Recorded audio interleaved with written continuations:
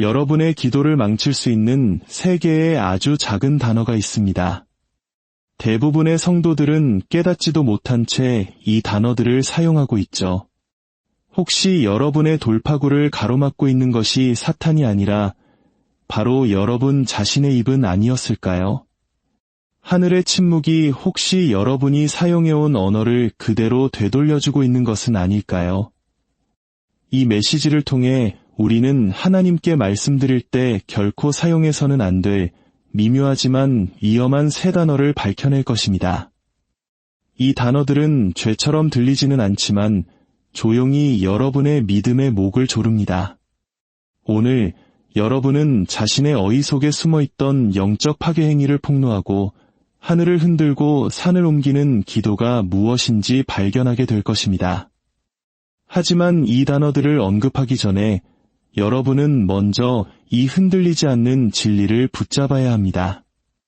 여러분의 말에는 무게가 실려 있다는 사실입니다. 말은 그저 소리가 아닙니다. 말은 씨앗입니다. 하나님 자신도 말씀으로 우주를 창조하셨습니다. 예수님은 명령으로 폭풍을 잠잠케 하셨습니다. 그분의 선포에 마귀들이 달아났습니다. 나사로는 그분의 이름을 듣고 다시 살아났습니다. 보이십니까? 기도는 단순한 소통이 아닙니다.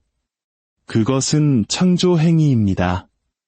여러분이 쏟아내는 모든 말은 기적으로 향하는 다리를 놓거나 지연의 도랑을 파게 됩니다.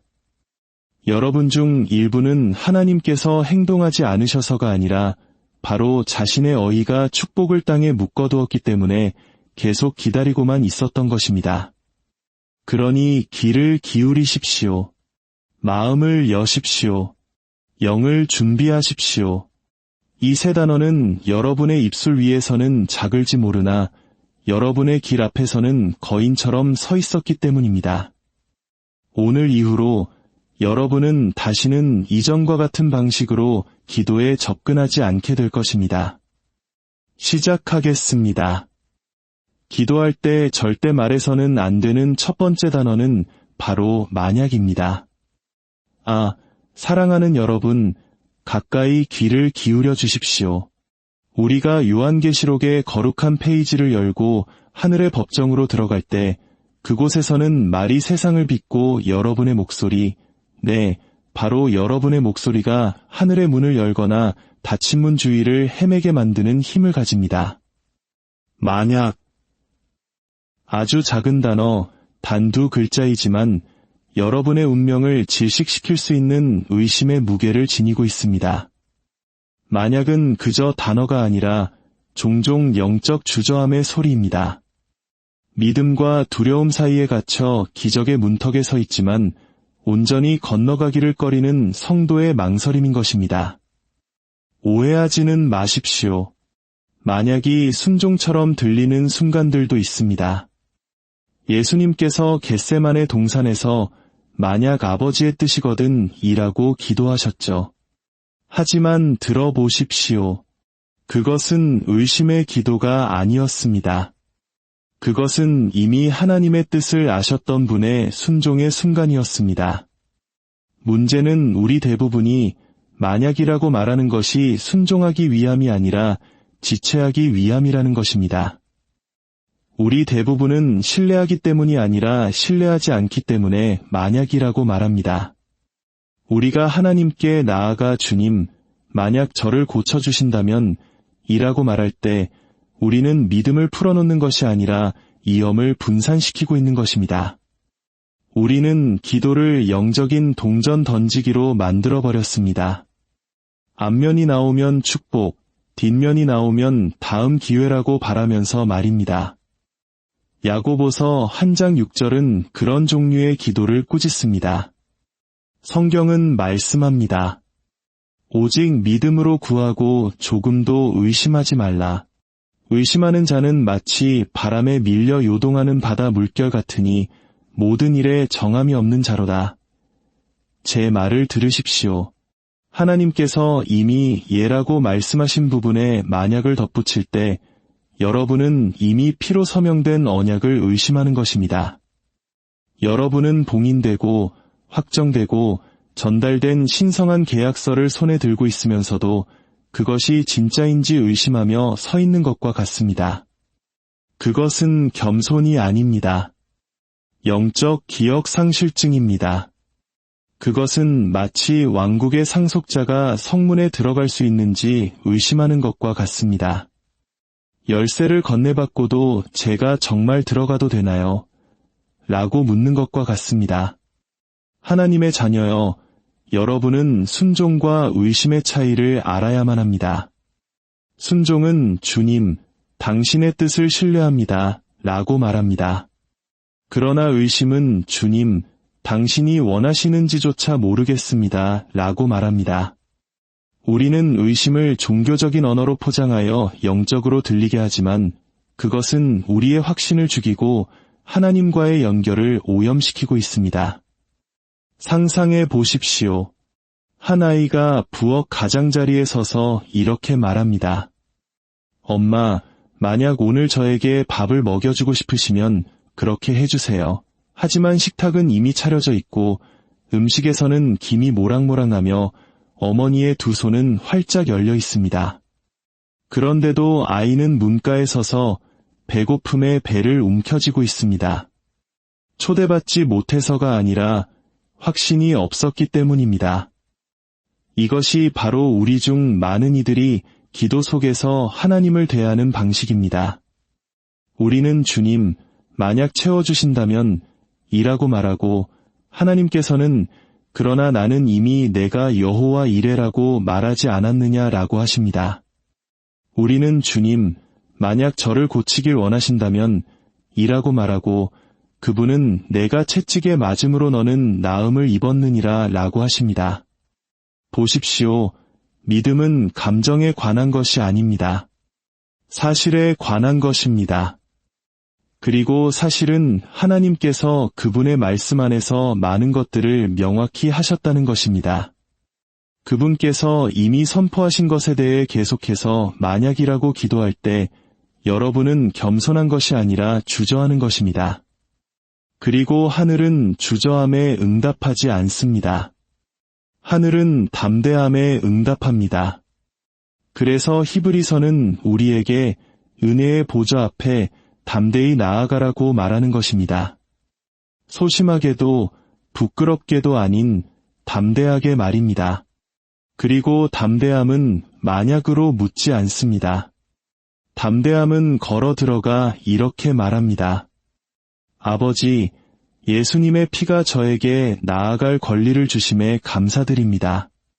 당신께서 약속하신 것을 제가 받았음을 믿습니다.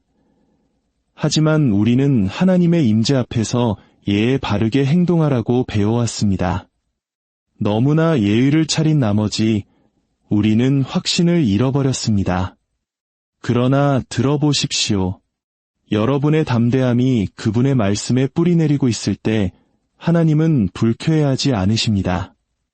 그분을 불쾌하게 하는 것은 경건으로 이장한 불신입니다. 하늘이 이미 예라고 선포했을 때 감히 만약이라고 속삭이는 불신말입니다. 마가복음 9장에서 우리는 고통받는 아들을 예수님께 데려온 한 아버지를 만납니다. 그는 말합니다. 무엇을 하실 수 있거든 우리를 불쌍히 여기사 도와주옵소서. 그러자 마음을 입술보다 더 깊이 읽으시는 예수님께서 그를 꾸짖으셨는데 구했기 때문이 아니라 어떻게 구했는가 때문이었습니다. 예수님께서 말씀하셨습니다. 할 수 있거든이 무슨 말이냐 믿는 자에게는 능히 하지 못할 일이 없느니라. 그분은 만약의 방향을 완전히 뒤바꾸셨습니다. 문제는 결코 예수님의 능력이 아니었습니다. 그것은 그 사람의 믿음에 관한 것이었습니다. 예수님은 생각 좀 해보자고 말씀하지 않으셨습니다. 그분은 내가 할 수 있느냐가 문제가 아니라 내가 믿겠느냐가 문제다라고 말씀하셨습니다. 그렇다면 이것이 여러분의 일상생활에 무엇을 의미할까요? 만약 여러분이 치유를 위해 기도하고 있다면 그분이 치유하기를 원하시는지 만약이라고 묻는 것을 멈추고 이렇게 선포하기 시작해야 합니다. 주님, 당신은 나의 모든 질병을 고치시는 분이십니다. 만약 공급을 구하고 있다면 그분이 공급하실지 만약이라고 의심하는 것을 멈추고 이렇게 선포하기 시작하십시오. 내가 의인이 버림을 당하거나 그의 자손이 걸식함을 보지 못하였도다. 만약 불안과 싸우고 있다면 조용히 만약 도와주실 거냐고 묻는 것을 멈추고 담대하게 선포하십시오. 하나님이 우리에게 주신 것은 두려워하는 마음이 아니요 오직 능력과 사랑과 절제하는 마음이니 바로 거기서 성령님을 느낍니다. 왜냐하면 이것은 단지 어휘를 바꾸는 것에 관한 것이 아니기 때문입니다. 이것은 하나님께서 주신 권세 안에서 걷는 것에 관한 것입니다. 원수는 여러분이 계속해서 소심하고 불확실한 기도를 하기를 그 무엇보다도 바랄 것입니다. 여러분이 주저하는 한 원수는 도전받지 않은 채로 남아있기 때문입니다. 그러나 여러분이 만약을 나는 믿습니다로 바꿀 때 하나님의 약속을 하늘 법정의 법적 청원으로 그분께 되돌려드릴 때 거지가 아닌 상속자로서 기도에 들어갈 때 지옥은 떨고 하늘은 움직이기 시작합니다. 잠시 여러분의 삶 속으로 들어가 보겠습니다. 너무 조심스러워서 담대하지 못했기 때문에 얼마나 많은 기적들이 여러분을 스쳐 지나갔습니까? 그분께서 이미 여러분의 손에 열쇠를 쥐어주셨음에도 불구하고 밖에서 주님, 만약 제가 들어가길 원하신다면 이라고 기도했기 때문에 얼마나 많은 분들이 다친 채로 있었습니까? 천사들이 준비된 채 서서 단지 여러분이 믿기만을 기다리고 있는 동안 하나님께서 응답하실지 만약을 궁금해하며 얼마나 많은 밤을 울며 지새웠습니까? 지연은 하나님 편에 있지 않습니다. 그것은 여러분의 믿음이 브레이크에서 발을 떼기를 기다리고 있습니다. 여러분은 가속 페달과 브레이크를 동시에 밟아왔습니다. 주일에는 약속을 말하면서 월요일에는 만약을 기도하며 말이죠. 그리고 하나님께서는 이제 하나를 선택할 때라고 말씀하십니다. 이것이 바로 기도에서 여러분의 말이 그토록 중요한 이유입니다. 여러분은 자신의 혀가 얼마나 큰 능력을 지녔는지 알지 못합니다. 생명과 죽음이 혀의 힘에 달려 있으며 여기에는 여러분이 주님 앞에서 하는 말도 포함됩니다. 기도에 절대 허용해서는 안 되는 두 번째 단어는 바로 자격 없는입니다. 아, 그렇습니다. 지금 누군가의 영혼을 짓누르는 그 단어의 무거움이 느껴집니다. 그 한 단어는 너무나 많은 혀를 얽어매고 너무나 많은 기도를 속박했으며 너무나 많은 성도들을 침묵하게 만들었습니다. 자격이 없다. 겸손하게 들릴 수도 있습니다. 경건하게 느껴질 수도 있습니다. 하지만 착각하지 마십시오. 그것은 여러분이 은혜의 보좌 앞에서 내뱉을 수 있는 가장 위험한 단어 중 하나입니다. 왜냐하면 사랑하는 이여, 자격 없음은 단지 단어가 아니라 거짓말이기 때문입니다. 여러분을 영적으로 얼어붙게 만들기 위해 원수가 심어놓은 거짓말입니다. 예수님께서 피 흘리고 죽으시고 고난받으시고 다시 살아나신 후에도 여러분은 여전히 부족하다고 말하는 거짓말입니다. 그러나 저는 오늘 하나님의 말씀의 권위 아래 여러분의 기도 생활에서 그 거짓말을 끊어버리고 담대하게 선포하기 위해 왔습니다. 여러분은 자격이 없는 자가 아닙니다. 여러분은 보혈로 덮인 자입니다. 여러분은 거절당한 자가 아닙니다. 여러분은 구속받은 자입니다. 히브리서는 말합니다. 그러므로 우리는 긍휼하심을 받고 때를 따라 돕는 은혜를 얻기 위하여 은혜의 보좌 앞에 담대히 나아갈 것이니라. 담대하게입니다. 구걸하며 나아가는 것이 아닙니다. 수치심에 기어가는 것도 두려움에 속삭이는 것도 아닙니다. 담대하게 나아가는 것입니다. 이는 여러분이 하나님 앞에서 스스로 자격이 없다고 말할 때 예수님의 피가 여러분에 대해 증언하는 것과 정면으로 대치하고 있다는 의미입니다. 이것을 놓치지 마십시오. 주님, 저는 너무나 자격이 없습니다 라고 말할 때 여러분은 겸손한 것이 아니라 속고 있는 것입니다. 왜냐하면 자격 없음이라는 그 단어는 십자가의 가치에 의문을 제기하기 때문입니다. 그것은 온 우주에서 가장 귀한 물질인 예수 그리스도의 피를 가지고도 충분하지 않았다고 말하는 것과 같습니다. 마치 그분의 은혜보다 자신의 누더기가 더 거룩하다고 생각해서 신성한 위의 옷을 거부하는 것과 같습니다. 그러나 제 말을 들으십시오.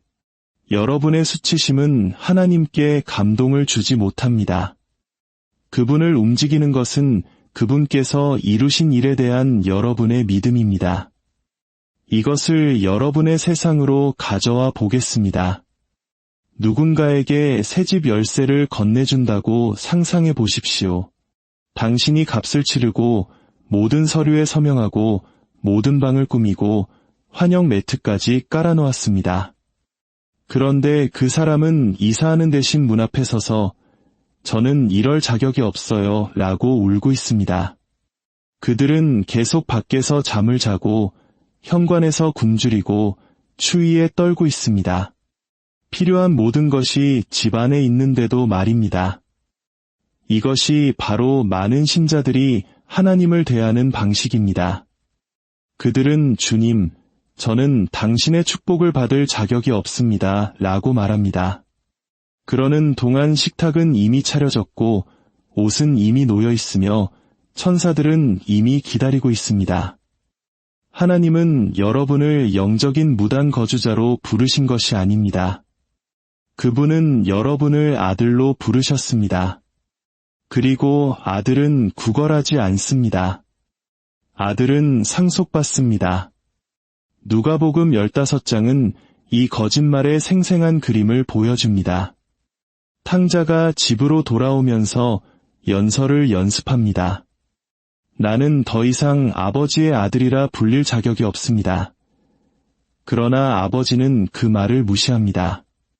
하나님께 영광을, 아버지는 그 거짓말을 인정조차 하지 않습니다. 대신 그는 정죄의 고백을 하던 아들의 말을 끊고 회복의 선언을 합니다. 제일 좋은 옷을 가져오너라. 반지를 끼워라. 살찐 송아지를 잡아라. 내 아들이 집에 돌아왔다. 알아차리셨습니까? 아들은 나를 종으로 삼아주소서라고 말했지만 아버지는 너는 여전히 내 아들이다 라고 말했습니다.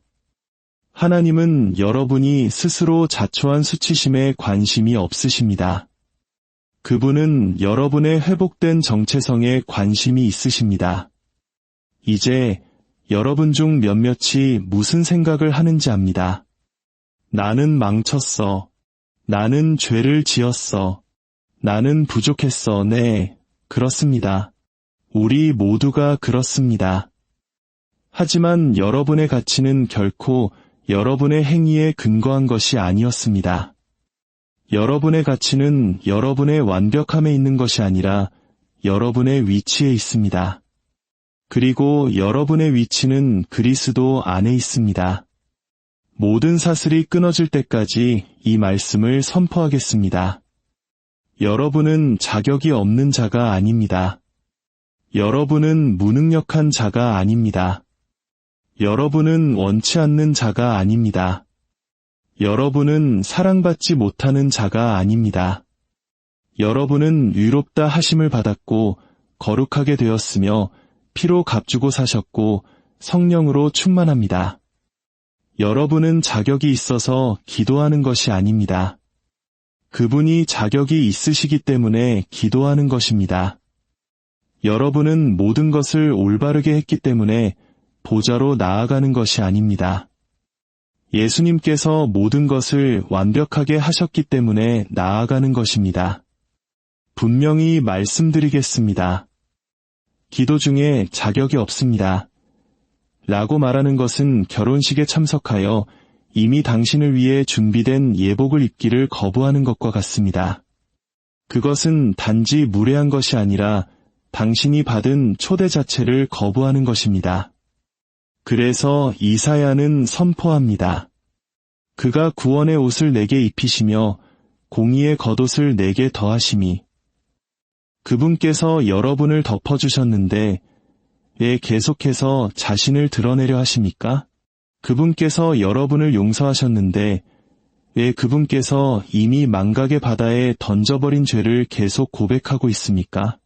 당신이 하나님 앞에 서서 저는 자격이 없습니다 라고 선포할 때 당신은 이미 선물로 주어진 것을 얻으려고 애쓰고 있는 것입니다.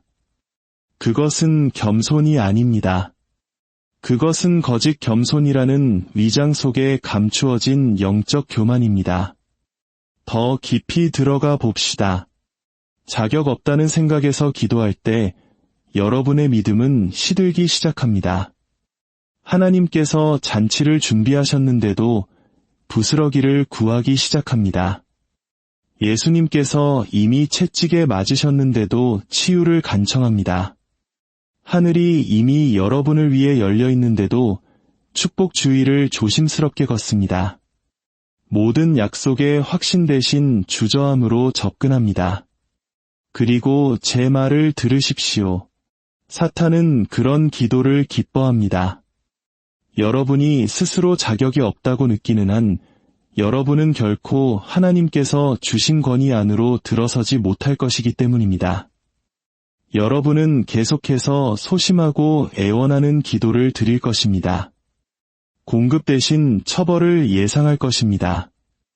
하나님께서 줄곧 담대히 그분의 보좌로 나아오라고 초대하고 계셨음에도 불구하고 거절당할까 봐 몸을 사릴 것입니다.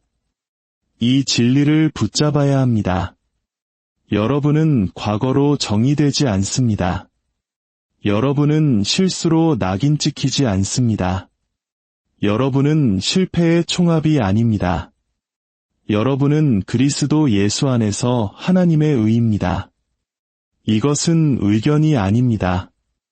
이것은 신성한 현실입니다. 고린도후서에서 말하듯이 하나님이 죄를 알지도 못하신 이를 우리를 대신하여 죄로 삼으신 것은 우리로 하여금 그 안에서 하나님의 의가 되게 하려 하심이라. 이것은 여러분이 아버지 앞에 설 때 그분은 여러분의 깨어짐을 보시는 것이 아니라 주님의 아름다움을 보신다는 의미입니다. 그분은 여러분 안에 있는 그리스도를 보십니다. 그리고 예수님께서 자격이 있으시다면 여러분도 그러합니다. 여러분의 행위로가 아니라 그분의 은혜로 말입니다. 그렇다면 대신 무엇을 선포해야 할까요? 이렇게 말하십시오. 주님, 예수님의 피를 통해 저를 자격 있게 만들어주셔서 감사합니다. 이렇게 말하십시오.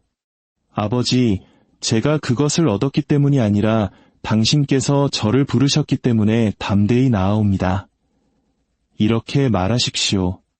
제가 당신의 임재에 속하지 않는다고 말하는 원수의 모든 거짓말을 거부합니다. 고개를 높이 들고 어깨를 펴고 아버지가 온전히 받아주신다는 것을 아는 사랑받는 자녀처럼 기도하십시오. 그것이 하늘을 움직이는 것입니다. 비굴함이 아니라 은혜로 옷 입은 담대함입니다. 세 번째 단어는 아마도입니다. 오, 주님, 자비를 베푸소서. 아마도. 가까이 다가와 마음을 활짝 여십시오. 이 한 단어가 밤의 도둑처럼 우리의 기도 속으로 슬며시 들어왔기 때문입니다. 그것은 겸손의 옷을 입고 있지만 주저함의 어조로 말합니다. 아마도는 하늘의 언어가 아닙니다. 그것은 의심하는 자의 말이며 주저하는 자의 어휘이며 아직 믿음의 닻을 내리지 못한 영혼의 속삭임입니다. 그것은 더 이상 확신을 가지고 기도하지 않고 불확실함으로 간청하는 자들의 노래입니다. 그러나 사랑하는 여러분, 마태복음에서 성경은 너희 말은 옳다 옳다, 아니라 하라고 말씀합니다. 왜일까요? 하나님은 혼란의 창시자가 아니시기 때문입니다. 그분은 우리 믿음의 완성자이십니다. 은혜의 보좌는 복권 판매소가 아닙니다. 하나님은 여러분의 기도가 빨간색에 떨어질지 검은색에 떨어질지 바라며 우주적인 룰렛을 돌리고 계시지 않습니다. 기도 중에 아마도라고 말할 때 여러분은 단지 하나님께서 하실 수 있는 일을 의심하는 것이 아닙니다. 여러분은 하나님께서 하고 싶어 하시는 일을 의심하는 것입니다. 여러분은 단지 그분의 능력에 대해 주저하는 것이 아니라 그분의 의도에 대해 주저하고 있는 것입니다. 그리고 친구 여러분, 말씀드리건대 자신이 사랑받고 있다는 사실을 모르는 자녀만큼 아버지의 마음을 아프게 하는 것은 없습니다. 우리 중 많은 이들이 삶에 치이고 실망에 멍들고 지연에 부서졌기 때문에 아마도의 영을 받아들였습니다. 아마도 하나님이 오늘 나를 보호해 주실 거야. 아마도 하나님이 문을 열어주실 거야. 아마도 이 직장이 잘 될 거야. 아마도 치유가 일어날 거야. 아마도 나는 충분할 거야. 그러나 들어보십시오. 그 아마도라는 사고방식은 여러분의 믿음을 마비시킬 것입니다. 그것은 여러분을 영적인 일시정지 상태로 살게 할 것이며 운명주의를 살금살금 걷게 하고 승리를 선포하기를 두려워하고 너무 담대하게 믿기를 두려워하고 좋은 것을 기대하기를 두려워하게 만들 것입니다.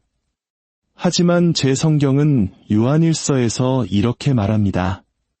그를 향하여 우리가 가진 바 담대함이 이것이니 그의 뜻대로 무엇을 구하면 들으심이라. 아마도가 아닙니다. 어쩌면도 혹시도 아닙니다. 그분은 들으십니다. 이것이 바로 하늘을 움직이는 기도 생활입니다. 확신입니다. 교만이 아니고 권리 주장이 아니라 거룩한 확신입니다. 기도를 마치 여러분이 재판을 받고 하나님이 검사인 법정처럼 접근하는 것을 멈춰야 합니다. 기억하십시오. 그분은 여러분의 아버지이시고 예수님은 여러분의 변호인이시며 그 피가 여러분의 증거입니다. 그런데 아마도라고 말하며 걸어 들어가겠습니까? 변호사들은 증거가 있을 때 그렇게 말하지 않습니다. 그들은 아마도 제 의뢰인은 무죄일 겁니다. 라고 말하지 않습니다. 그들은 여기 증거가 있습니다. 라고 말합니다. 그들은 담대하게 말합니다. 그리고 하나님의 자녀여, 여러분에게는 증거가 있습니다. 예수님의 피, 하나님의 말씀, 하늘의 약속들 말입니다. 사도행전 12장으로 여러분을 데려가겠습니다. 베드로가 감옥에 갇혔습니다. 교회가 모여 기도합니다. 그들은 그의 석방을 위해 기도하고 금식하며 부르짖고 있습니다. 그리고 하나님께서, 그렇습니다. 하나님께서 응답하십니다. 쇠사슬이 풀리고 천사가 그를 밖으로 인도하며 베드로가 문을 두드리며 나타납니다. 그러나 로데라는 하녀가 다른 사람들에게 이 소식을 전하러 달려갔을 때 그들은 그녀를 믿지 않습니다. 그들은 그의 천사일 거야 라고 말합니다. 그들은 기도하고 있었지만 기대하지는 않았습니다. 그들의 기도는 아마도에 젖어 있었습니다. 아마도 하나님이 하실 거야. 아마도 안 하실 거야. 그리고 하나님께서 하셨을 때 그들은 충격을 받았습니다. 그런 교회가 되지 마십시오. 기적을 위해 기도하고는 기적이 문을 두드릴 때 당황하는 사람이 되지 마십시오. 보십시오.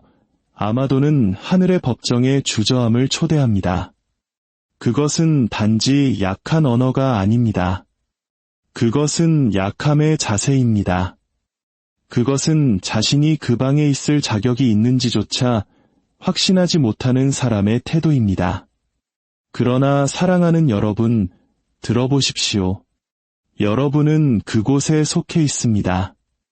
여러분은 하나님의 집을 잠시 방문한 손님이 아닙니다. 여러분은 가족의 일원입니다. 그리고 여러분이 가족이라는 것을 알 때 여러분은 허락을 바라며 문을 두드리지 않습니다. 여러분은 문이 항상 여러분을 위해 열려 있었다는 것을 알기에 확신을 가지고 걸어 들어갑니다. 이 문제에 대해 더 깊이 들어가 봅시다. 여러분 중 일부는 너무나 오랫동안 아마도라는 영의 무게 아래 살아왔습니다. 여러분은 약속의 가장자리에서 진을 치고 문턱을 넘어서기를 너무 주저했습니다. 여러분은 다른 사람들이 기도 응답을 받는 것을 지켜보며 서 있었고 또 다른 표적, 또 다른 확증, 또 다른 예언을 기다렸습니다. 여러분을 붙잡아 둔 것은 하나님의 능력 부족이 아니었습니다. 그것은 여러분의 확신 부족이었습니다. 여러분은 계속해서 반복합니다. 아마도 내 차례일 거야. 아마도 좋은 사람을 만날 거야. 아마도 그 사업을 시작할 거야. 아마도 마침내 자유로워질 거야. 그러나 진실은 아마도가 여러분의 감옥이었다는 것입니다. 아마도가 여러분의 결정을 지연시켰습니다. 아마도가 여러분으로 하여금 하나님의 약속을 의심하게 만들었고, 아마도가 여러분으로 하여금 그분께서 계획하신 것보다 훨씬 못한 것에 안주하게 만들었습니다. 하나님께서는 여러분의 기도가 소심한 추측처럼 흘러나오는 것이 아니라 전투의 함성처럼 울려 퍼지기를 원하십니다. 기도는 결코 도박이 아닙니다. 그것은 왕국의 거래입니다. 기도는 한가로운 소원 빌기가 아니라 하늘과의 예언적 동역입니다. 여러분은 허공에 헛된 말을 던지는 것이 아닙니다. 여러분은 영의 법정에서 법적인 청원서에 서명하고 있는 것입니다. 그런데 어찌 감히 아마도로 기도하겠습니까? 아마도라고 말할 때 여러분은 예수님께서 피 흘려 죽으심으로 여러분의 손에 쥐어주신 권위를 포기하는 것입니다. 아마도라고 말할 때 여러분은 하나님께서 정화하라고 명령하신 장소에 원수가 머물도록 허용하는 것입니다. 아마도라고 말할 때 여러분은 두려움에게 열쇠를 넘겨주고 그것을 지혜로 위장하는 것입니다. 그러나 교회여, 들어보십시오. 믿음은 결코 아마도라고 기도하지 않습니다. 믿음은 내가 믿는 자를 내가 알미라고 선포합니다. 믿음은 내가 지금 치유를 명하노라고 선포합니다.